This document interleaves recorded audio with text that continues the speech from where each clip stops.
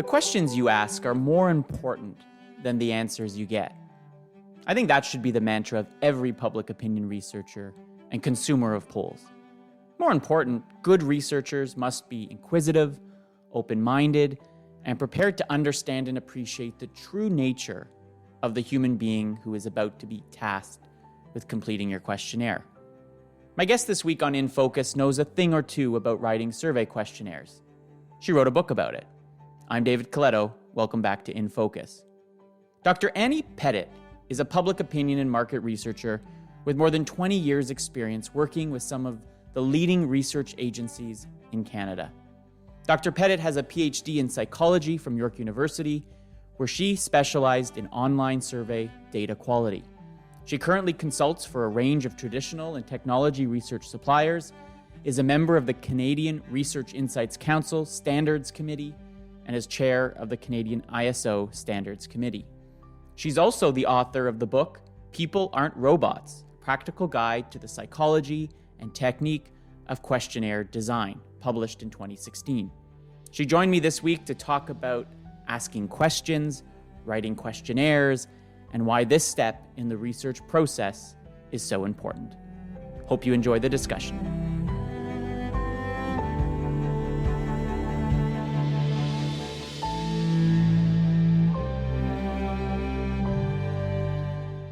Annie, thank you so much for joining the podcast today. I've been a big fan of your work and I've gotten to know you a little bit. Our worlds are a little apart because you're mainly in the consumer kind of market research world. I'm more in the public affairs world.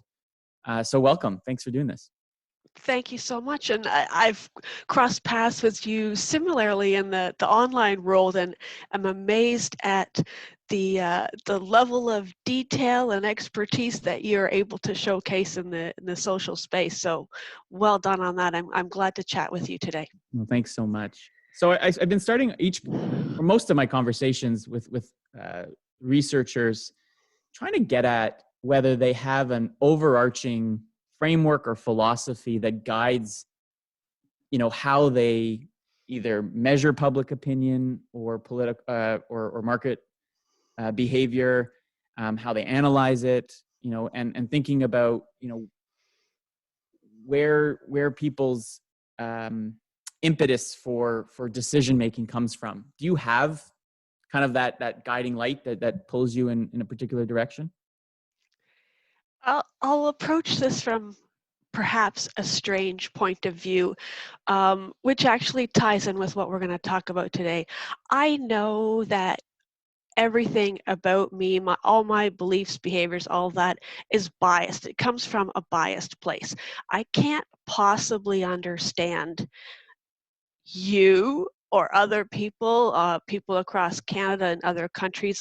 I don't have that personal experience with all the different types of people out there, which means I really appreciate what social media offers.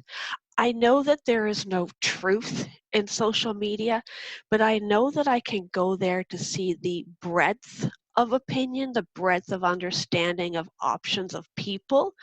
So one of the things I really do like to do is when I'm starting to puzzle out a new issue, a new topic, is go direct to Twitter, LinkedIn, and now today, TikTok.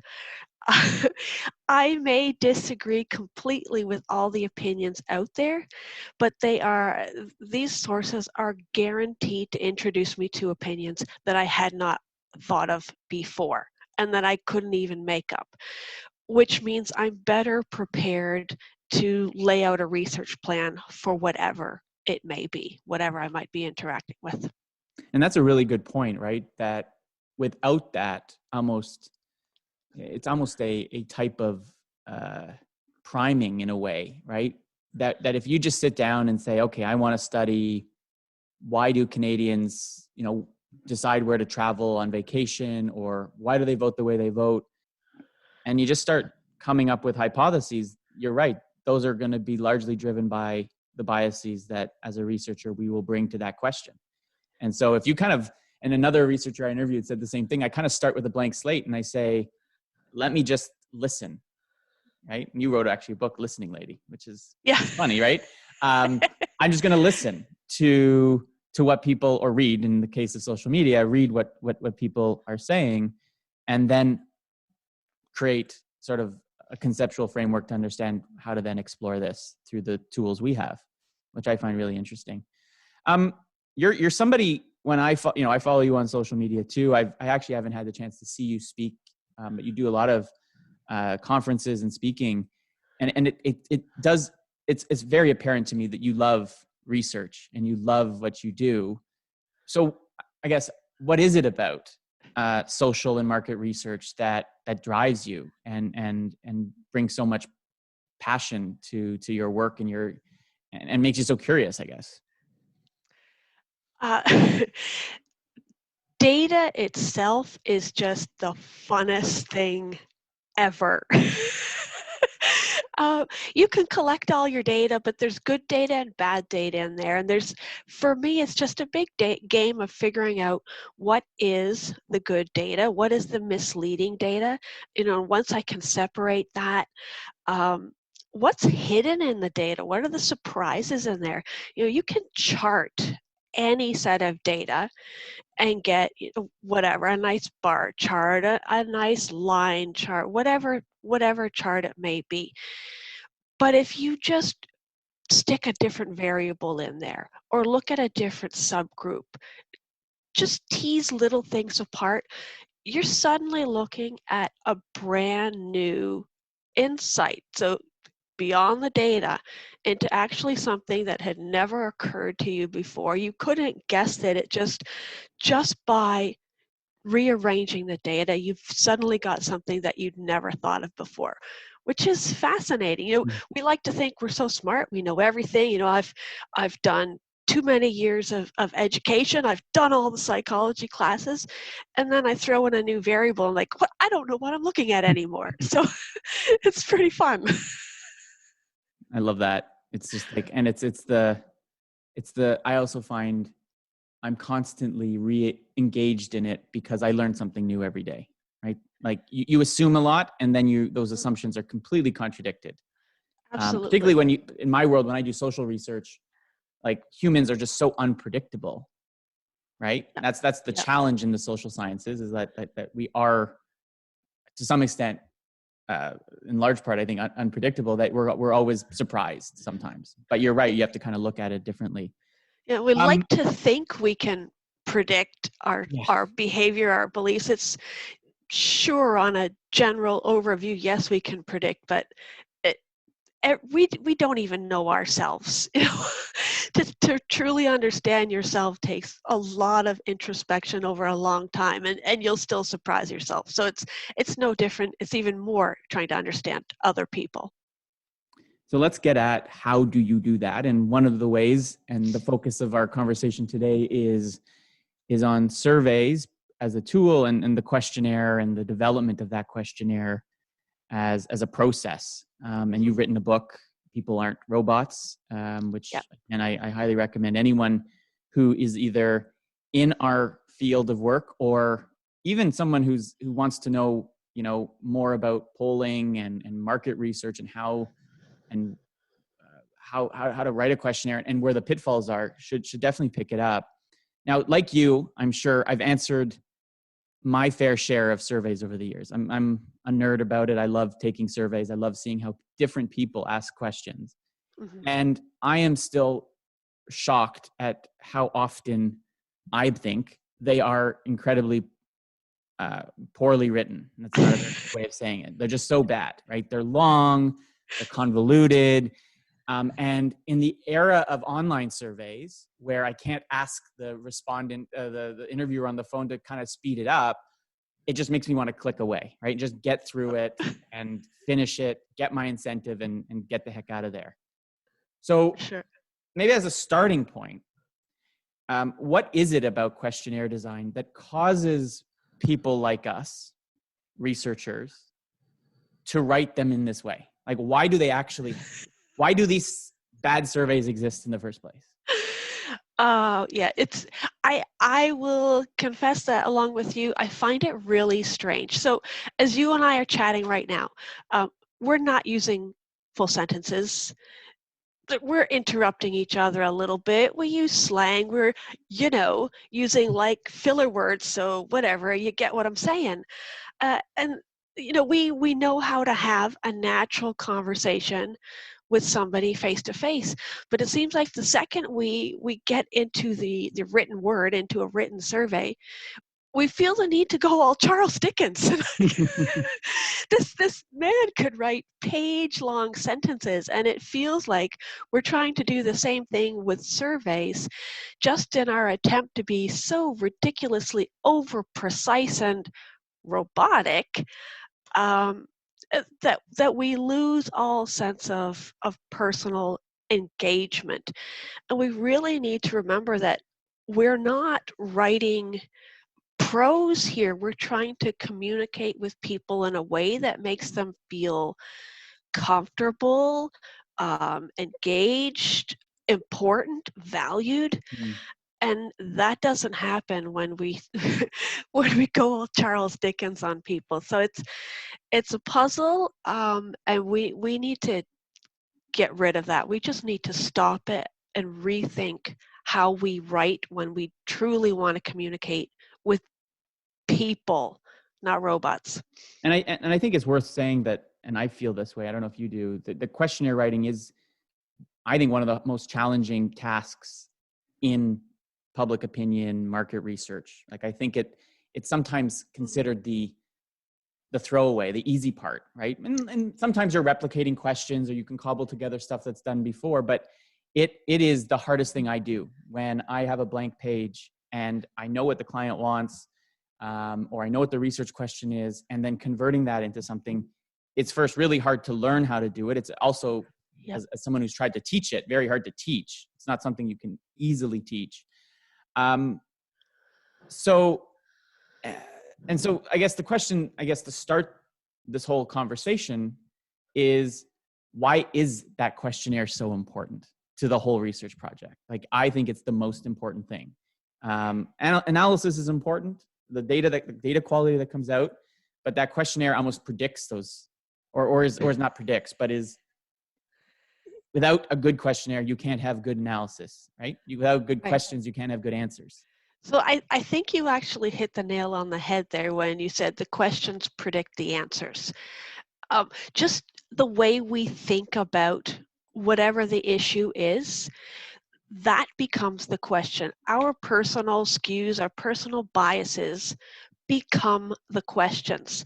So if we're not taking extra care, special care to make sure that our personal biases are removed from the questions, that our personal expertise with language, with our culture, with our experience in the world isn't removed, we need to watch for all of those things in the question, or we will end up, as you say, predicting the answers. Mm-hmm. And we don't want to predict the answers. We need to create questions that inspire creative thought and personal introspection. Our questions can't lead directly to an answer. If that's the case, there's no point asking a question. I know all the answers. I know exactly the answers I want to my questions. Just tell me what the questions are. So we really do need to make sure that the questionnaire itself is clean, can't be misunderstood, can't be misinterpreted, and doesn't create the answers, or doesn't create answers. It needs to be open so that people can share their true selves, true opinions, and feel good about sharing those opinions. And I think that's so important, given, I think, the not crisis in the polling industry, more like in the public polls and the political polls, but to some extent, like, we're having a harder and harder time getting people just to talk to us, to share their opinions, right? Not only because, so if you were writing a questionnaire that makes me feel uncomfortable, or is just awkward and strange and uses words I would never use, my instinct is already to kind of hold back and not share. And so we need to almost work harder in the opposite direction, right? Which means I think Right. I agree with your kind of your thesis of the book, which is, we have to be extra polite and extra courteous and make it so easy for people to do it, because I think increasingly over time it's going to be harder to get people to share.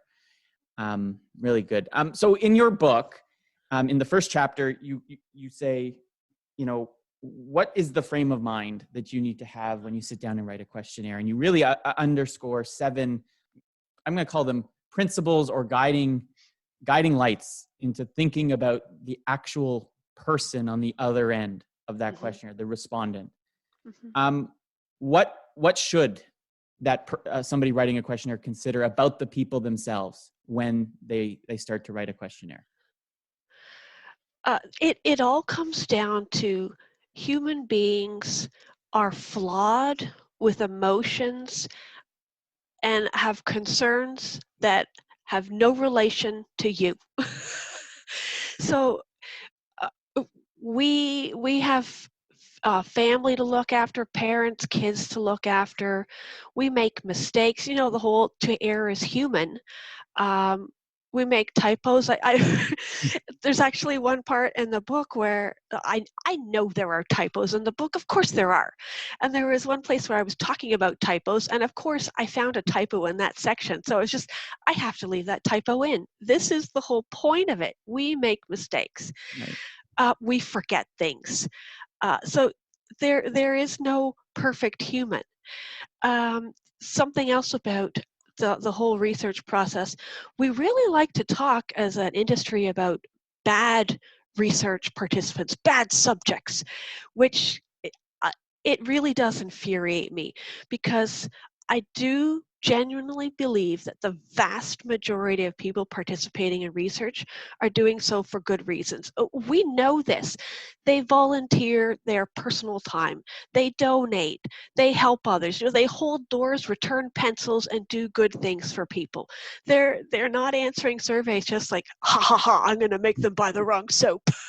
That's not what people are about. So we know they want to do good.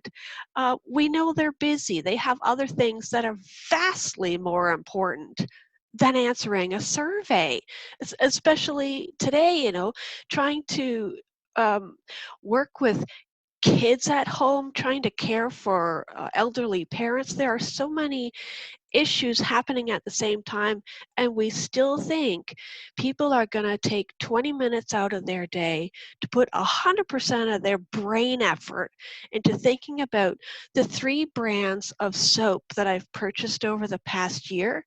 Like, nobody cares about that but you, the researcher. And you know that very well when we become the research subject ourselves, when we answer a survey ourselves, we're like, I don't know, check any box. So true. We really need to remember that the people we are talking to are flawed human beings just like me. So we need to make sure we're using all the empathy that we want other people to have for us. We need to use that for our research participants. So in the book, you go into actually great detail and very specific pieces of a questionnaire on if you take that philosophy that people are flawed, they're busy, they're impatient, they're imperfect, but they're generally good. Mm-hmm. I'm not going to get you to go through every piece of advice that you give, but maybe a few examples of how that then converts into the choices you then should make when designing a questionnaire. And maybe we can do it by thinking about the very worst questionnaires we've ever seen and saying, this is why you shouldn't do that. And do you have some examples that you can share about like what not to do and therefore what you should do as a result? Sure. One of the biggest things I tell people to do is to look through every single question and ensure there is some kind of opt-out. So you might think, which brands of soap did you buy in the last year? As if I could even remember what I bought in the last year. And you might list out basically every single brand. Let's say there are 10 brands, you list out every single brand.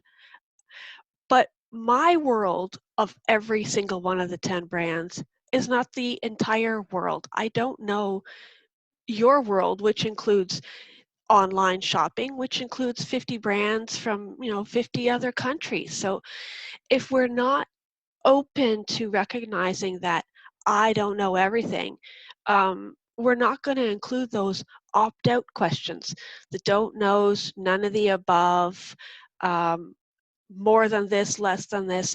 There always needs to be an answer option that lets somebody legitimately say, you don't know my opinion, it's not in this list. And it happens so often. I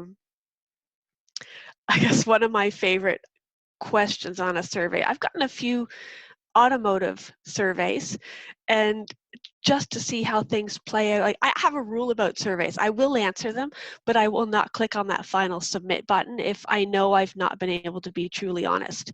So it's in some of them, they'll go through my considerations for purchasing an automobile. Where do I drive? Do I drive in the day, at night? What kinds of vehicles would I drive? A good 15-minute survey on cars. I have a driver's license that I got when I was like 22. I've never had a car in my life. I don't drive, have never bought one. There's not one sitting out. I can show you my bus pass. But the simple fact of they're not asking, do you have a car at the beginning of the survey? They just automatically assume, of course you have a car. This is North America. This is Canada. Everybody has a car. So there are some things we just take for granted and we forget. They really do need some kind of opt-out. It's so essential. I want to just give you an example. So imagine you're completing an online survey on your desktop. Yeah. And we'll talk in a moment about technology and the move to mobile and what that means for design choices. But you started the survey, you've answered a few questions, simple, multiple choice, no grid. And for the listeners, a grid, is as you imagine it. You've got columns, you got rows, and you get to a page that has 30 rows and 5 columns across. Okay, so just for listeners, because this is audio, imagine on your screen, you've got agree, disagree statements and 30 of them listed all down the slide, all down the screen. Annie, what, from your psychology training, do you think the average typical respondent person will do when they see that screen? Will they read each statement carefully and consider, do I actually agree? Do I, like, maybe for the first 3 or 4, but when you get to number 26, by 3 or 4, you have a sense of whether this person has phrased every question in a certain way. Do you like this? Is it pretty? Is it nice? Is it good? And once you realize, you know what, I'm answering 4 to the first several questions, I'm going to just run a 4 all the way down because I think I like all of the features of this thing. That's just one of the things. We're going to get some real straight lining on a question like that. At the same time, I'm really grateful you said that there are only 5 columns instead of 7 or 11 columns. that is still very common. A lot of survey writers will still do an 11-point scale, which I think is horrific. And I think it's mean. I really do think it's mean. It's putting the researchers' needs ahead of people. And that's just one more way you're going to end up with bad data. That whole line of the column of 4s. There are so many ways you can fix that. Like one of the problems, if you think about that grid, 5 columns, 30 rows, pick up your mobile device. Do you really think you're going to scroll through that big chart on your device? No. That's where you're closing the page and moving on to something else. That question needs to be converted into converted into 5 questions instead of 30. And then, and then those 5 questions need to be converted into 5 individual questions that don't necessarily all have the agree-disagree scale, because chances are they aren't truly agree-disagree questions. Yeah. So there's so many ways to More fix of it. I find sometimes it's just the researcher being lazy or just sticking with what they've always done and not Yes, really thinking about how is this going to come across to the respondent who, yes, and I think a lot of the software now does convert, those kinds of grids into that more friendly experience on mobile. And I think the shift to mobile we're seeing, and you can probably confirm this, we see in our research, 60 to 70% of the surveys that we're doing online are now being done on a mobile device. So mhm, if it's not mobile enabled, if you aren't testing your survey yeah, on a mobile device before you launch it, then you're really risking, the data quality. And that's what this is all yeah, about. Like, we want to treat the respondent with respect. We want them to continue to share their opinions. But we also want the data to be good. And there's no point when your client's spending thousands of dollars or you're investing thousands of dollars into this research. And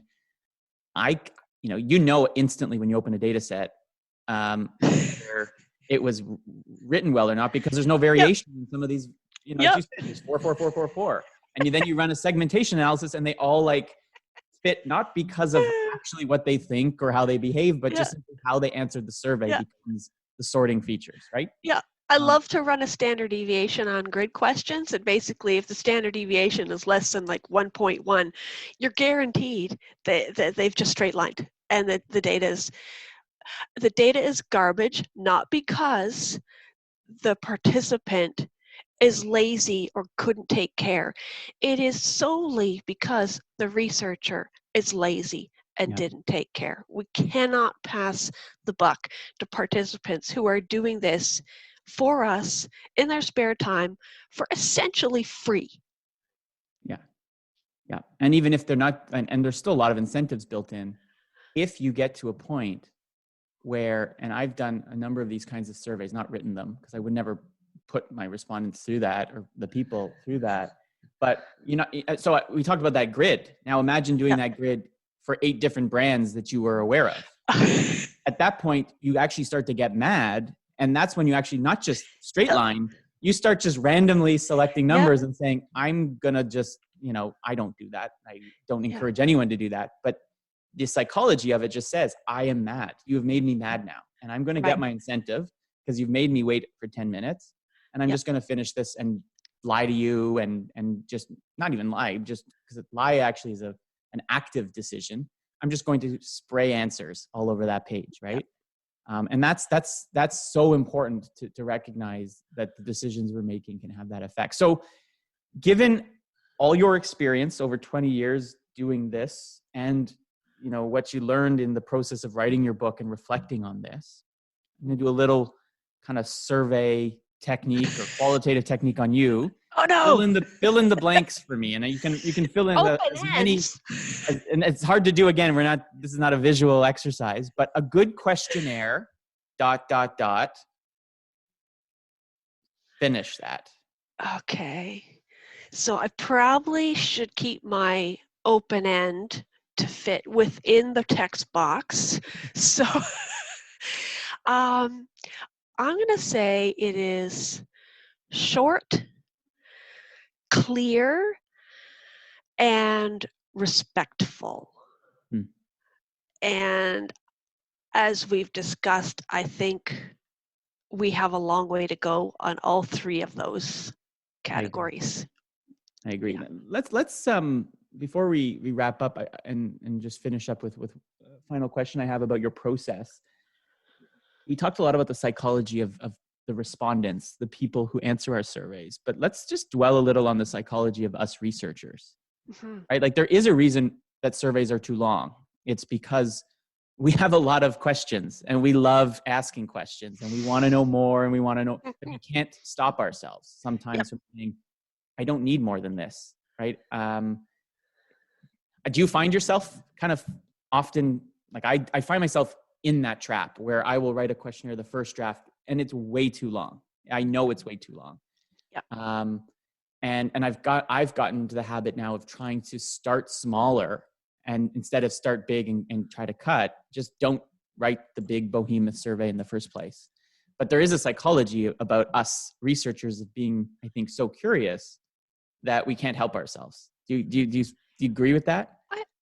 I'm the same. Like once you start with one question, it brings to mind 5 more, and each of those brings to mind 5 more, and so on, and you know how that goes.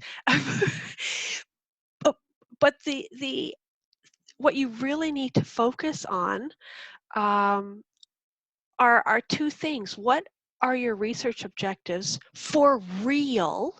Mm. And what is the outcome you expect to happen for real? So for example, you can ask all those questions, but if you aren't going to do a single thing about any of them, if you aren't going to consider a new social program, change a social program, change your target audience, then don't ask those questions. Don't waste everybody's time. Think about what you're actually willing and able to do and focus there first and mainly. If you are able to get that focus from the beginning of the questionnaire writing process, awesome. If you have to write a 20-page survey before you can get it back down to 2 pages, so be it. Which is way harder to do, I think. But nonetheless, everyone's got their process. Everyone's got their Yeah. process. Yeah. Yeah. Can a questionnaire be fun to complete and also meet the kind of standards of replicability and scientific inquiry? Like, I think the problem is, I think the answer is yes, but I'm curious what your view is. Can it be fun from the respondent's perspective? 100% yes, and 100% they should be enjoyable to answer. This is part of the problem. I'll say half of our problem is that we never share the results back with participants. So what's the incentive to know that they've actually had an impact on the world? They don't know. Mm. So that part of the incentive is gone. And the other part of the incentive is, for most people, surveys are fun, and we should be making them fully fun, not just, answering a question helps you think about who you are and your place in the world. It can be fun. So I've done this myself in lots of surveys. When you get halfway through a survey, even if it's a 10-minute survey, once you get to the 5-minute point, you can say things like, wow, what a great job. We're so happy that you've gotten this far. You're almost there. Like there's no need for that to be formal and professional Charles Dickens. Mm-hmm. You can insert some casual language. If your issue is somehow kids' social programs, it can be very appropriate for you to don't make the language childish or silly, but recognize that you can have a little fun with the language. You can be more casual with the language. Something you can do is, if you're going to talk about 0, you might say, you have to keep in mind, of course, potential language issues, but things like 0, zilch, nada.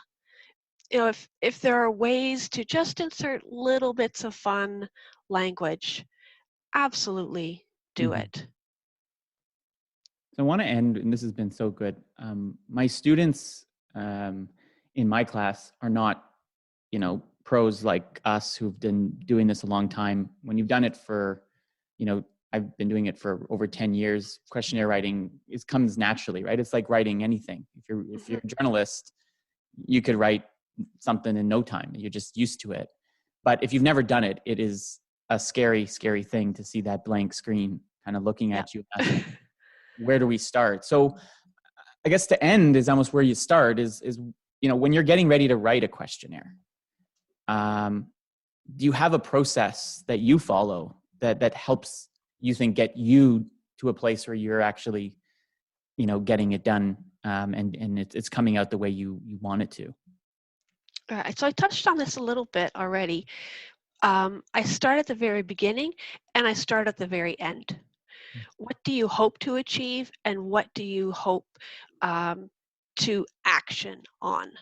Once you know both sides of the issue, the beginning and the end, then you can start filling in the blanks. I'm not so concerned about a big empty page.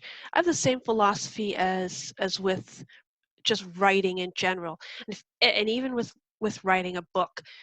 Just throw words on a page. Really, sometimes you're just stuck, you don't know where to start. Throw words on a page. When you get a few questions in there, you'll start seeing what your flow is. You'll see which of your research objectives are getting covered, which objectives you're missing. If you've got those objectives in place, then you can just start throwing words to each of them. I know that sounds really really casual, not professional, but sometimes you just need to get words on a page to get going. Yeah, no, and I agree. My process is kind of, I mean, I think we have to also say that you can't write a questionnaire if you know nothing about the subject, right? Right. And so one of the great things about our work is we become kind of experts on a lot of things. We have to be, not deep experts, but expert enough that we can draft a questionnaire that explores the topic. And in order to explore a topic, you have to kind of know it really well, right? And so what I do now is I just kind of scour the internet on whatever topic it is and try to get, like what you said, listen or read about different perspectives or different angles. And I just kind of start copy pasting phrases and words and started dropping them in the page as the same kind of thing. Just get content there, get ideas on that page, and then you sort of stitch them all together. And once you get a rhythm going, that's where you get into trouble that you can't stop. You go down 5 different off ramps and you're exploring things. But once you get going, once that light goes off, that you've figured out how to get at the question that your client or you're interested in answering, it does feel great, but it's sometimes hard to get there. And I've struggled with projects. So social media is good advice. The social media is a great way to find your edge points. You know what you know, but it's not till you search out elsewhere that you see your gaps and can fill those in. So once you've got both put together, you'll have a much more full, thorough questionnaire to work with. Well, on that note, Annie Pettit, I thank you so much, Dr. Pettit, for your time for this book, because I think it's really important. And I have to interrupt you. Yes. You said my name wrong. Oh, correct me. Annie Pettit. Pettit. Yes. It's my, I guess being in Ottawa, sometimes you always think people have a French name when they don't. Yes. Right? Well, Dr. Pettit, I appreciate, well, I'm not a robot. I make mistakes. We've talked about that today, and that's good. And I think I don't teach research methods in social sciences anymore, but now having read this book over the last few years, it should be on the course syllabus, because it's a good counter to the more academic kind of social research that's taught in terms of how do you ask questions. And I think, the basic premise that you've identified is just think about the respondent as a person and ask yourself, how would you feel if you were asked these questions? And you'd be surprised at how many you'd change as a result of that. And that to me is the most important piece of advice. So thank you for spending some time with us. And I look forward to seeing what you do next on your journey to make our research world better at what we do. So thank you. Thank you so much. It's been great fun chatting with you.